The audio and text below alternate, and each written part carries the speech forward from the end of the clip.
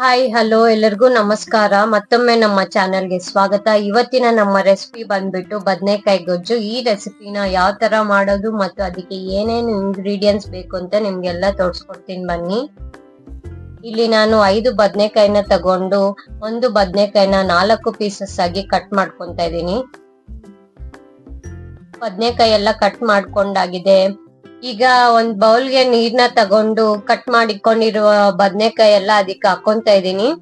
ಈಗ 5ರಿಂದ 6 ಮೆಣಸಿನ್ಕಾಯಿ ತಗೊಂಡು ಉದ್ದುದ್ದಕ್ಕೆ ಕಟ್ ಮಾಡ್ಕೊಂಡಿದೀನಿ. ಒಂದು ಮೀಡಿಯಂ ಸೈಜ್ ಈರುಳ್ಳಿನ ತಗೊಂಡು ಚಿಕ್ಕ ಚಿಕ್ಕ ಪೀಸಸ್ ಆಗಿ ಕಟ್ ಮಾಡ್ಕೊಂತ ಇದೀನಿ. ಸ್ವಲ್ಪ ಕೊತ್ತಂಬರಿ ಸೊಪ್ಪನ್ನು ಸಹ ಕಟ್ ಮಾಡ್ಕೊಂತ ಇದೀನಿ. ಈಗ ಸ್ಟವ್ ಮೇಲೆ ಒಂದ್ ಪಾತ್ರೆನ ಇಟ್ಕೊಂಡು 1 ಲೀಟರ್ ಆಗುವಷ್ಟು ನೀರ್ನ ಹಾಕಿ ಕಟ್ ಮಾಡಿಕೊಂಡಿರುವಂತಹ ಬದನೆಕಾಯಿನ ಹಾಕೊಂತ ಇದೀನಿ. ಸ್ವಲ್ಪ ಹುಣಸೆ ಹಣ್ಣು, ರುಚಿಗೆ ತಕ್ಕಷ್ಟು ಉಪ್ಪು, ನಾನಿಲ್ಲಿ ಕಲ್ಲುಪ್ಪನ ಹಾಕೊಂತ ಇದೀನಿ. ಕಟ್ ಮಾಡಿಕೊಂಡಿರುವಂತಹ ಮೆಣಸಿನ್ಕಾಯಿನೂ ಸಹ ಸೇರ್ಸ್ಕೊಂಡು ಈ ಎಲ್ಲಾ ಬದನೆಕಾಯಿ ಬಾಯ್ಲ್ ಆಗಕ್ ಬಿಡ್ತಾ ಇದೀನಿ. ಈಗ ಒಂದು ಕುಟಾಣಿನ ತಗೊಂಡು 5ರಿಂದ 6 ರೆಬ್ಬೆ ಆಗುವಷ್ಟು ಬೆಳ್ಳುಳ್ಳಿನ ಜಜ್ಕೊಂತ ಇದೀನಿ. ಬೆಳ್ಳುಳ್ಳಿ ಎಲ್ಲ ಜಜ್ಕೊಂಡಾಗಿದೆ. ಈಗ ಅದನ್ನೆಲ್ಲ ಒಂದ್ ಪ್ಲೇಟ್ಗೆ ಹಾಕೊಂಡಿದೀನಿ.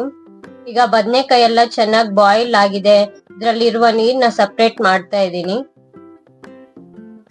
ಇದನ್ನೆಲ್ಲ ಚೆನ್ನಾಗಿ ಸ್ಮ್ಯಾಶ್ ಮಾಡ್ಕೊಂತ ಇದೀನಿ.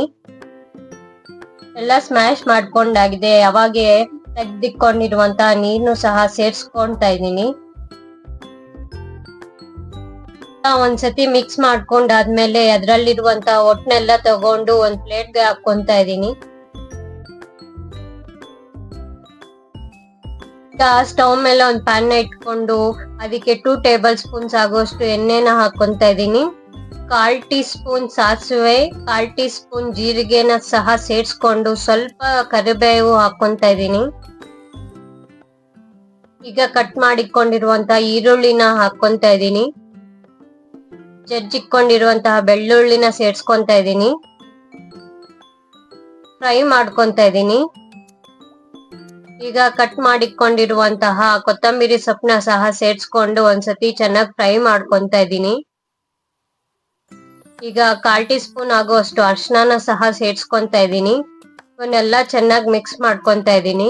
ಈಗ ಬಾಯ್ಲ್ ಮಾಡಿಕೊಂಡಿರುವಂತಹ ಬದನೆಕಾಯಿನ ಸಹ ಸೇರ್ಸ್ಕೊಂತ ಇದೀನಿ. ಇದನ್ನೆಲ್ಲ ಸೇರ್ಸ್ಕೊಂಡಾದ್ಮೇಲೆ ಒಂದ್ಸತಿ ಮಿಕ್ಸ್ ಮಾಡ್ಕೊಂಡ್ರೆ ಅಷ್ಟೇ ನಮ್ ಬದನೆಕಾಯಿ ಗೊಜ್ಜು ರೆಡಿ ಆಗೋಗುತ್ತೆ. ತುಂಬಾ ಸಿಂಪಲ್ ಮತ್ತು ಟೇಸ್ಟಿಯಾಗಿ ಆಗುತ್ತೆ. ನೀವು ಈ ರೆಸಿಪಿನ ಮನೆಯಲ್ಲಿ ಟ್ರೈ ಮಾಡಿ ನೋಡಿ ಯಾವ ತರ ಬಂತು ಅಂತ ನನಗೆ ಕಮೆಂಟ್ ಬಾಕ್ಸ್ ಅಲ್ಲಿ ತಿಳಿಸಿ. ಇಂತಹ ಸಿಂಪಲ್ ಮತ್ತು ಟೇಸ್ಟಿ ರೆಸಿಪೀಸ್ಗಾಗಿ ನಮ್ಮ ಚಾನೆಲ್ ನ ಸಬ್ಸ್ಕ್ರೈಬ್ ಮಾಡ್ಕೊಂಡು ಹಾಗೆ ಪಕ್ಕದಲ್ಲಿರುವಂತಹ ಬೆಲ್ ಐಕಾನ್ ನ ಪ್ರೆಸ್ ಮಾಡಿ. ಮತ್ತೆ ಇನ್ನೊಂದು ವಿಡಿಯೋದಲ್ಲಿ ಸಿಗೋಣ. ಅಲ್ಲಿವರೆಗೂ ಟಾಟಾ, ಬಾಯ್ ಬಾಯ್.